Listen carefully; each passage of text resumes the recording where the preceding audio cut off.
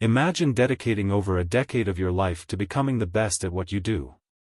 Countless hours spent mastering aviation, enduring rigorous training, handling high-pressure situations with precision, all to reach the pinnacle of your career. Now, imagine walking into your workplace, wearing your hard-earned captain's uniform, only to be stopped and told, "You don't belong here." This isn't a scene from a movie.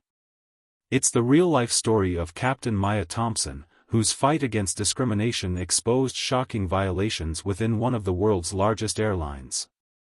Before we dive in, make sure to subscribe to our channel. We uncover real stories that challenge systems, expose hidden truths, and inspire change. If stories of courage and resilience resonate with you, hit that subscribe button. You won't want to miss what's next. Captain Maya Thompson's love for the skies began as a child in Augusta, Georgia. She'd lie on the grass, tracing planes overhead, dreaming of one day sitting in a cockpit. But for a young black girl in the 1990s, becoming a pilot wasn't seen as realistic. The aviation industry was dominated by white men, with few role models for girls like her. But Maya didn't need permission to chase her dreams. She excelled in school, particularly in math and science, earning a scholarship to a top aviation academy. From day one, Maya faced challenges. Instructors doubted her, classmates underestimated her. But Maya thrived. She graduated with honors, secured her pilot's license, and rose through the ranks. By her early 30s, she was a captain at Skylink Airlines, commanding busy routes across the country. For nearly 8 years, Maya's record was spotless. She was respected for her precision, leadership, and calm under pressure. But on a fall morning at Chicago O'Hare Airport, everything changed. Maya arrived early for her flight to New York. Dressed in her captain's uniform, she approached the gate, where she met a new supervisor, Greg Walters. His expression was cold. Maya greeted him politely and presented her credentials. Greg didn't even look at her ID. "I'm going to need you to step aside," he said. Maya frowned. "I'm Captain Thompson, scheduled for Flight 482 to JFK. Greg crossed his arms. "I know who you are. You're not getting on that plane." Passengers began to notice the tension. Crew members exchanged uneasy glances. Maya remained calm. "Is there a problem with my credentials?" Greg smirked. "There's a security flag on your file. You're grounded until further notice."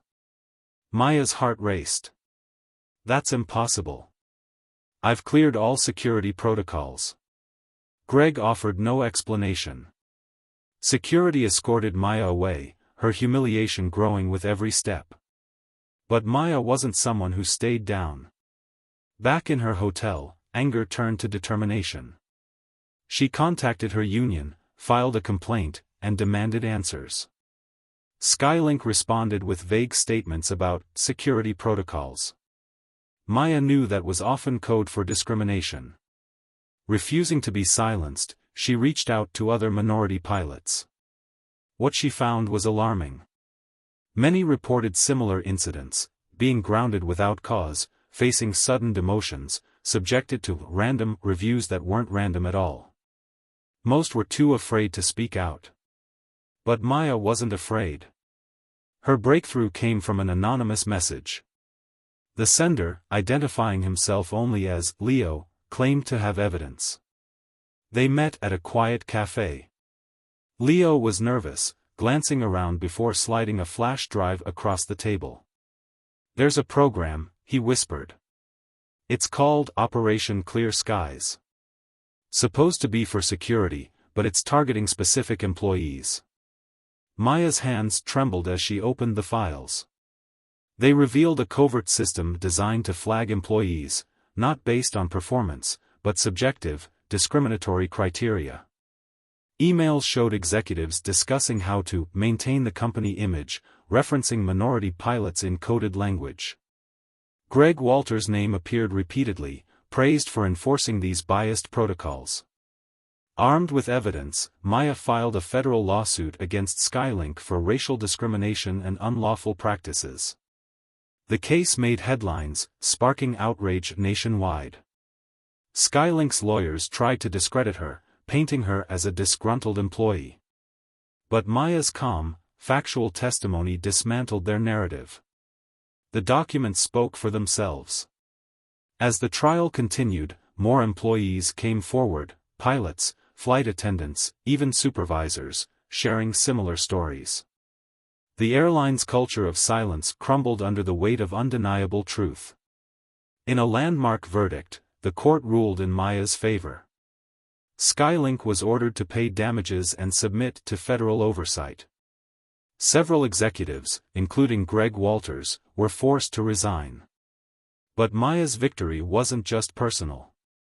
It sparked a movement within the aviation industry, leading to new policies protecting employees from discrimination. Her courage inspired countless others to speak out. Maya Thompson didn't just reclaim her place in the cockpit, she changed the skies for everyone who would come after her. If her story inspired you, don't forget to subscribe. We share powerful stories of resilience, justice, and the fight against injustice.